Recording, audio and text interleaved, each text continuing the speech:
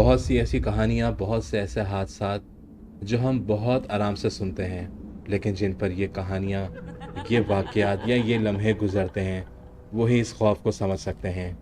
आज मैं आपसे 2 ऐसे वाक़यात शेयर करना चाहूँगा, जो हकीकत में बहुत खौफ़नाक थे। हमारे लिए सुनने में ये सिर्फ़ एक कहानी है, लेकिन जिन पर गुज़री है, वो आज तक उस खौफ़ से बाहर नहीं आ सके। अगर आप किसी काम में मसरूफ़ हैं, तो लिहाज़ा इस कहानी को अभी मत सुनिएगा, क्योंकि ये कहानी आपकी ज़िंदगी पर बहुत गहरा असर कर सकती है। मेरी आप सबसे रिक्वेस्ट है कि एक बार आप सब अपने काम से फ्री होकर इस स्टोरी को गौर से सुनिएगा। ये वाक़यात आपको सँभलने के रास्ते बताएँगे। ज़िंदगी में बहुत से ऐसे हादसात ऐसे होते हैं, जो हमारी सोच से भी दूर होते हैं, लेकिन शायद आज आप इस कहानी से कुछ नया सीखेंगे। मौज़ू का आगाज़ करने से पहले आप सबसे रिक्वेस्ट करूँगा कि एक बार आयतल कुर्सी ज़रूर पढ़िएगा। रात के 2 बज रहे थे और शहर में हर तरफ खामोशी छाई हुई थी। जो सड़कें दिन भर गाड़ी और बाइकों के शोर से भरी रहती थी, इस वक्त वो सड़कें एक वीरानगी का आलम पेश कर रही थी। मौसम काफ़ी ठंडा था और आसपास सिर्फ कुत्तों के भौंकने की आवाज़ें आ रही थीं। अली अपनी बाइक पर बैठा हुआ था। वो एक हॉस्पिटल से वापस आ रहा था। उसकी वालदा की तबीयत काफ़ी ख़राब थी। वो दिन रात उसी हॉस्पिटल में रुका रहता था। अब जब हालत बेहतर थी, तो डॉक्टर ने अली से कहा, घर जाके आराम कर लो। अली बाइक पर बैठा हुआ आसमान की तरफ देख रहा था, तो चांद उसे कभी बादलों में छुपा हुआ नजर आता, तो कभी चांद बादलों से निकला हुआ नजर आ रहा था। रोड बिल्कुल सुनसान थी। दूर दूर तक ना कोई इंसान और ना कोई गाड़ी नजर आ रही थी। अली रास्ते में थकावट की वजह से अपने आप को फ्रेश रखने की कोशिश कर रहा था। तभी उसने चलती हुई बाइक से अपना हेलमेट उतारा और हवा को महसूस कर रहा था। तभी उसे ऐसा लगा कि जैसे उसके पीछे बाइक पर कोई बैठा हुआ है। अली ने धीरे से गर्दन पीछे की तरफ घुमाई, तो पीछे कुछ नहीं था। उसने हंसते हुए अपने आप से कहा कि शायद थकावट और नींद की वजह से उसे ऐसा लग रहा होगा।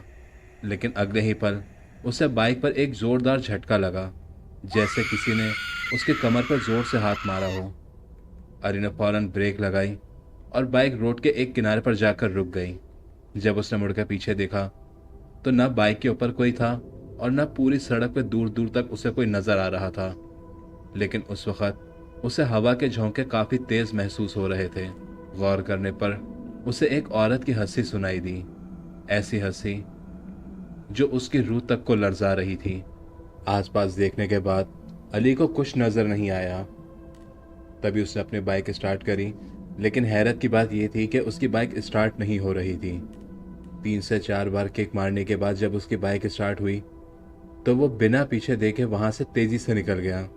कुछ देर बाइक चलाने के बाद उसने सोचा कि शायद ये सब उसका वहम होगा। नींद पूरी ना होने की वजह से और थकावट की वजह से उसे ऐसा लग रहा होगा। लेकिन कुछ देर के बाद उसकी बाइक एक अजीब तरीके से हिलने लगी। ऐसा लग रहा था कि जैसे उसकी कोई बाइक के ऊपर जोर से आके बैठा हो। अली ने बाइक के शीशे में देखा, तो उसको अपने पीछे कोई नजर नहीं आ रहा था। उसने जोर से शीशे के ऊपर हाथ मारा और कहा, बिला वजह के मैं अपने दिमाग पर जोर डाल रहा हूँ। लेकिन जब उसने दोबारा उस शीशे की तरफ देखा, तो अचानक उसका दिल थम सा गया था। शीशे में उसे देखा कि एक औरत सफ़ेद कपड़ों में उसके पीछे बैठी हुई थी। उसके बाल बिल्कुल गीले हो रहे थे और सबसे डरावनी बात यह थी कि उसका चेहरा उल्टा था और आंखें जो सीधा अली की तरफ देख रही थी, लेकिन उसकी आंखें बिल्कुल सफ़ेद थीं। अली के हाथ कांप गए। उसने बाइक और तेज़ कर दी। पहले 90 की स्पीड, फिर 100, फिर 120। बाइक की रफ्तार तेज़ होने की वजह से उसे हवा के तेज़ झोंके लग रहे थे, लेकिन वो औरत मुस्तकिल उसे उसी शीशे में नज़र आ रही थी, बिल्कुल उसके पीछे।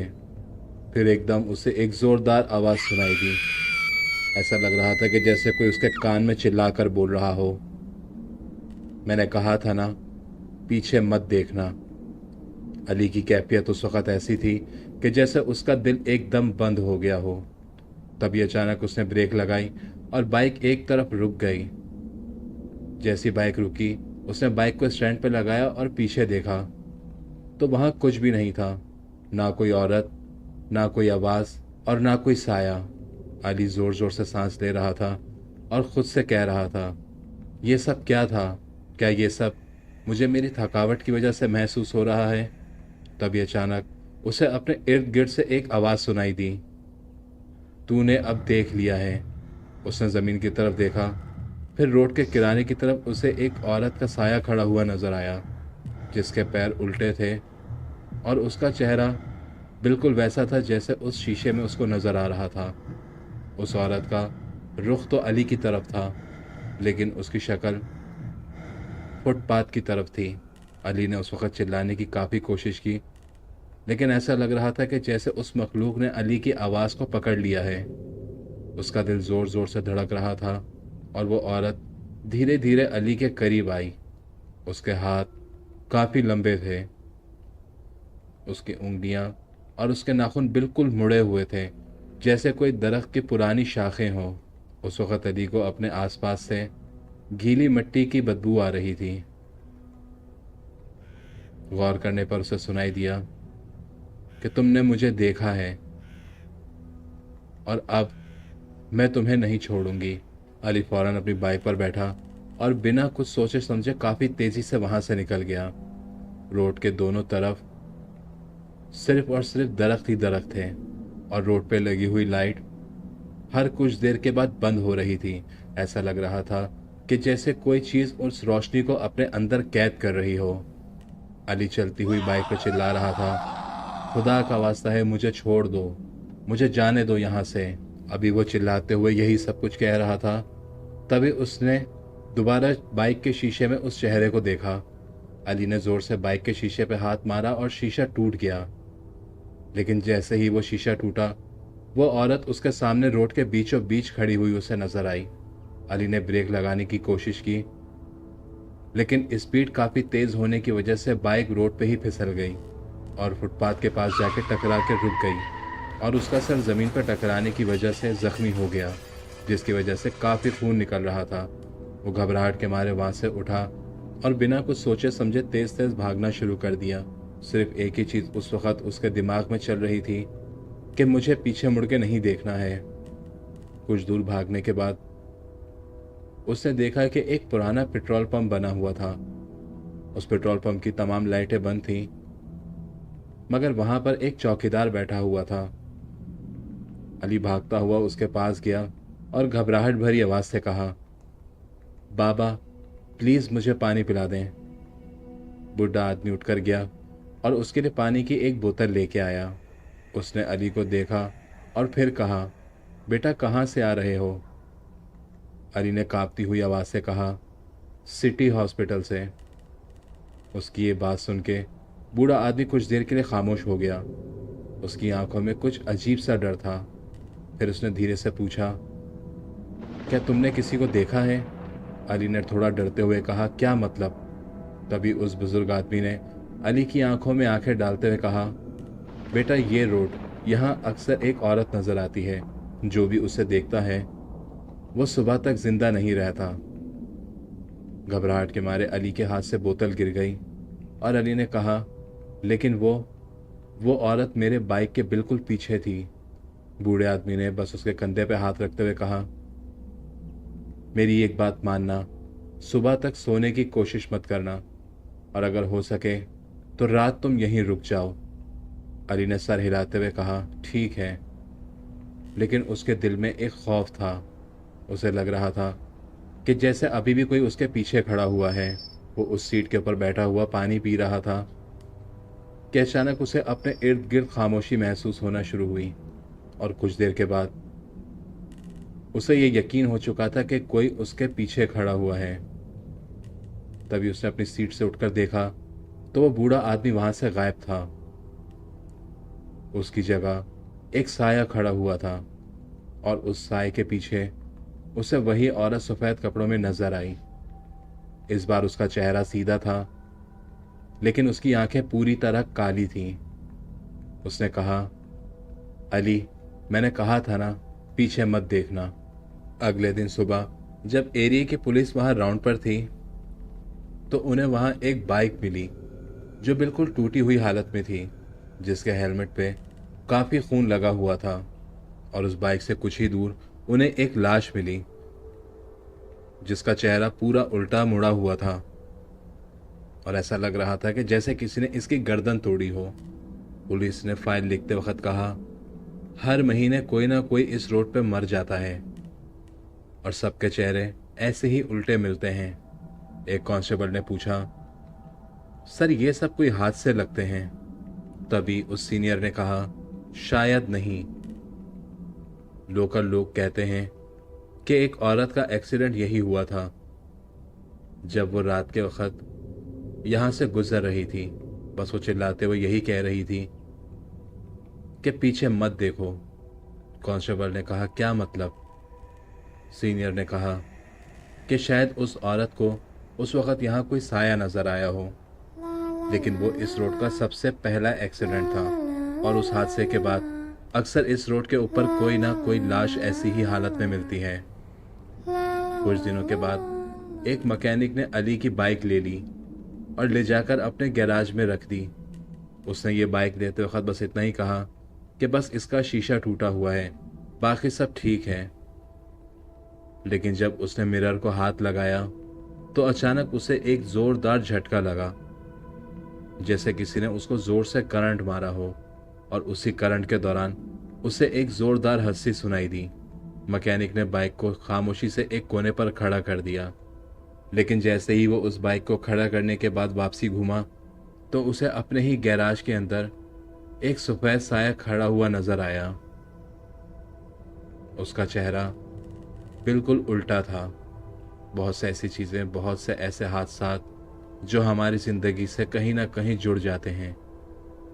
इन वाक़यात को हम एक कहानी की तरह सुनते हैं, लेकिन कहीं ना कहीं ये किसी की ज़िंदगी से जुड़े हुए होते हैं। आज की ये कहानी सलमान नाम के एक लड़के की है जो कराची के एक पुराने फ्लैट में रहता था। फ्लैट का नाम था कनीज अपार्टमेंट, जो सदर के करीब एक पुरानी बिल्डिंग बनी हुई थी। बिल्डिंग का पेंट काफ़ी हद तक उतर चुका था और रात के वक्त तेज़ हवाओं की वजह से कॉरिडोर से अजीब सी आवाज़ आती थी। लोगों का कहना था कि बस हवा की आवाज़ है, लेकिन सलमान को ऐसा लगता था कि जैसे उस हवा की आवाज़ में कोई कुछ कहना चाहता है। उसका फ्लैट थर्ड फ्लोर पर था और नीचे एक बेसमेंट था जहां कोई नहीं जाता था। बिल्डिंग के एक पुराने चौकीदार जिनका नाम रमज़ान था, उन्होंने सलमान से कहा, बेटा नीचे मत जाना, नीचे काफ़ी पानी के लीकेज है और कभी कभार बिजली के झटके लगते हैं। मगर जिस वक्त वो ये बात कर रहे होते थे उस वक्त उनके चेहरे पर एक खौफ नज़र आता था। ऐसा लगता था कि जैसे वो कोई बात छुपा रहे हों। हर रात 2 बजे के करीब सलमान को वहाँ से पानी गिरने की आवाज़ सुनाई देती थी। पहले दिन उससे लगा कि शायद कोई पाइप लीक हो गया होगा, और दूसरे दिन जैसे किसी ने बिल्डिंग का दरवाज़ा ज़ोर से बंद किया हो, और तीसरे दिन उसे काफ़ी तेज़ आवाज़ सुनाई दे रही थी जैसे कोई उसके कॉरिडोर में चल रहा है।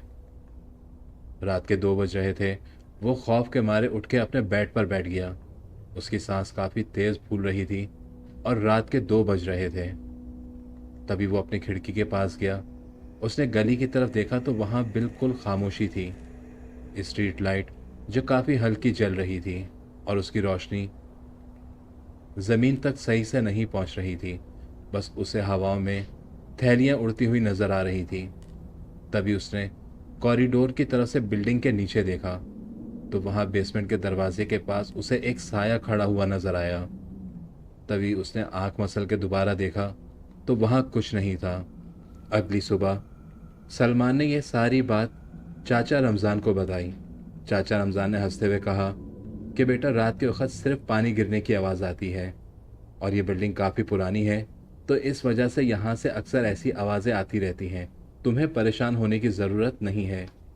ये बात कहकर जैसे ही चाचा रमज़ान पलटे तो सलमान ने गौर किया कि उनके चेहरे का रंग सफ़ेद पड़ा हुआ था और उनके माथे पर काफ़ी पसीना था। एक दिन जब सलमान अपनी बैल्कनी में खड़ा हुआ था तब उसकी मुलाकात अपने पड़ोस में रहने वाली एक आंटी से हुई जो काफ़ी एजिड थी। उन्होंने सलमान से पूछा, बेटा तुमने रात को कोई आवाज़ें सुनी हैं यहाँ पर? सलमान ने हैरत से कहा, क्या आपको भी आवाज़ें सुनाई देती हैं? उन्होंने कहा, पहले मुझे लगता था कि यहाँ कोई काम चल रहा है, लेकिन फिर एक रात जब मैं नीचे देखने गई और मुझे वहाँ एक छोटी सी लड़की खड़ी हुई नजर आई। सलमान ने पूछा, कौन सी लड़की? लेकिन उस वक़्त उस आंटी ने उनकी उस बात का कोई जवाब नहीं दिया। बस इतना ही कहा कि एक छोटी बच्ची है जो अक्सर सफ़ेद कपड़ों में नज़र आती है और वो बस यही पूछती है, क्या आप भी मुझे सुनती हैं? उनकी ये बात सुनकर सलमान की रूह तक कांप गई थी। सलमान ने उस औरत से मज़ीद उस बच्ची के बारे में पूछना चाहा, लेकिन वो औरत फ़ौरन अपने घर के अंदर चले गई। उस रात खौफ के मारे सलमान को नींद नहीं आ रही थी। उस रात वही 2 बजे उसे पानी गिरने की आवाज़ सुनाई दे रही थी। तभी उसने सोचा कि आज जाकर देख ही लेता हूँ कि नीचे क्या है। उसने मोबाइल की टॉर्च ऑन की और अपनी चप्पल पहन के धीरे धीरे सीढ़ियों से नीचे उतरने लगा। हर कदम पे उसे ऐसा महसूस हो रहा था कि जैसे कोई उसके साथ साथ चल रहा है। वो दिल ही दिल में यही सोच रहा था कि ये बिल्डिंग काफ़ी पुरानी है और पुरानी होने की वजह से इस बिल्डिंग में कई हादसा दबे हुए हैं जो वक्त के साथ साथ अपने होने का एहसास दिलाते हैं। वो यही सोचते हुए जा रहा था और जैसे ही वो बेसमेंट के पास गया तो उसने देखा कि बेसमेंट का दरवाज़ा खुला हुआ था और दरवाजे की दूसरी तरफ से मुस्तकिल ठंडी हवा के झोंके आए जा रहे थे। ऐसा लग रहा था कि जैसे अंदर कोई बड़ी मखलूक बैठी हुई है जो ज़ोर ज़ोर से सांस ले रही है। उसने अंदर देखा तो अंदर सिर्फ अंधेरा था और मुस्तकिल पानी के कतरे गिरने की आवाज़ आ रही थी। और जब उसने टॉर्च की रोशनी उस बेसमेंट की तरफ की तो उसे सामने एक सीमेंट की दीवार दिखाई दी जिस पर कुछ सफ़ेद निशान बने हुए थे जो दिखने में पानी के दाग लग रहे थे और एक दो जगह कुछ खरोच के निशान थे। तभी उसकी नज़र एक दीवार पर पड़ी जिस पर लिखा हुआ था, तुम मेरी आवाज़ सुन सकते हो। ये पढ़कर अचानक उसके जिस्म में एक कपकपाहट महसूस हुई। तभी उसके हाथ से वो टॉर्च हिली और उसकी रोशनी एक कॉर्नर की तरफ गई जहां उसे एक साया नजर आया, एक छोटी बच्ची का साया जो सफ़ेद कपड़ों में गीले हाथ और गीले पैरों के साथ वहां खड़ा हुआ था, जिसका जिस्म आधा जला हुआ था। उसकी आंखें सीधा सलमान की तरफ देखे जा रही थीं और उसके होंठ हल्के हल्के हिल रहे थे जैसे वो कुछ कहना चाह रही हो। तभी सलमान ने बस इतना ही सुना, यहाँ मत आओ। वो ज़ोर से चिल्लाया और भागता हुआ सीढ़ियों से सीधा अपने फ्लैट की तरफ गया।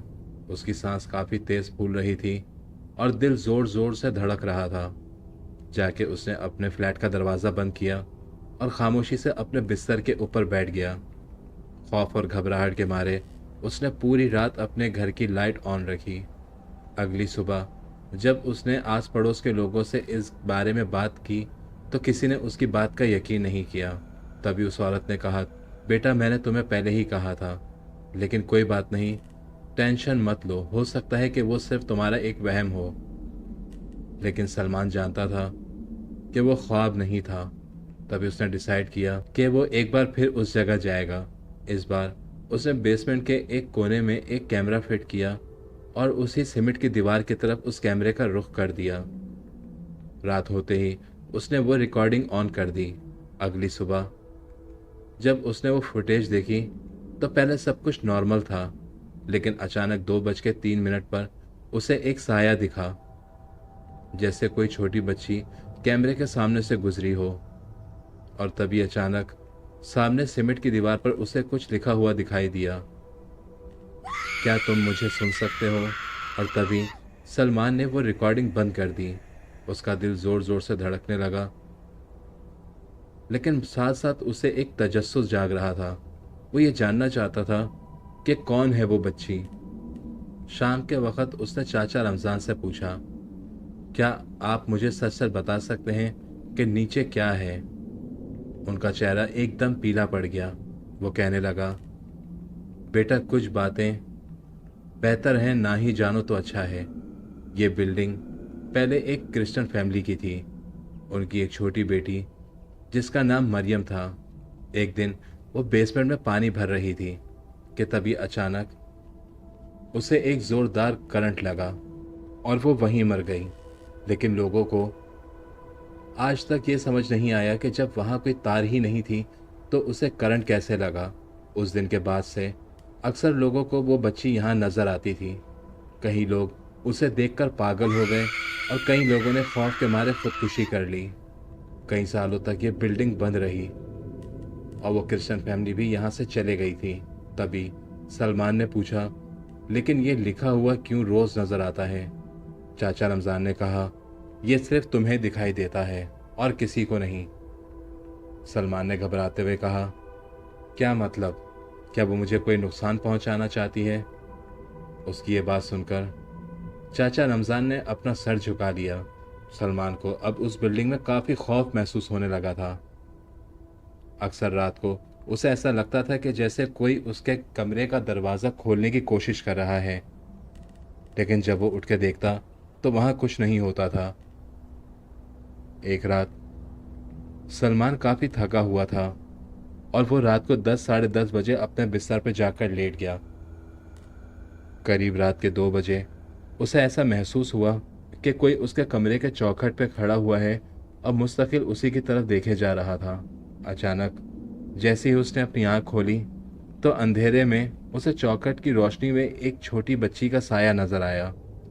पहले तो वो यही सोचा था कि शायद ये मेरा वहम होगा, लेकिन कुछ देर के बाद वो साया धीरे धीरे बड़ा हो रहा था। सलमान ने जोर से चिल्लाते हुए कहा, कौन है वहाँ? और तभी उसे एक जोरदार हंसी की आवाज़ सुनाई दी और वो बच्ची बाहर के दरवाजे की तरफ भागते हुए गई।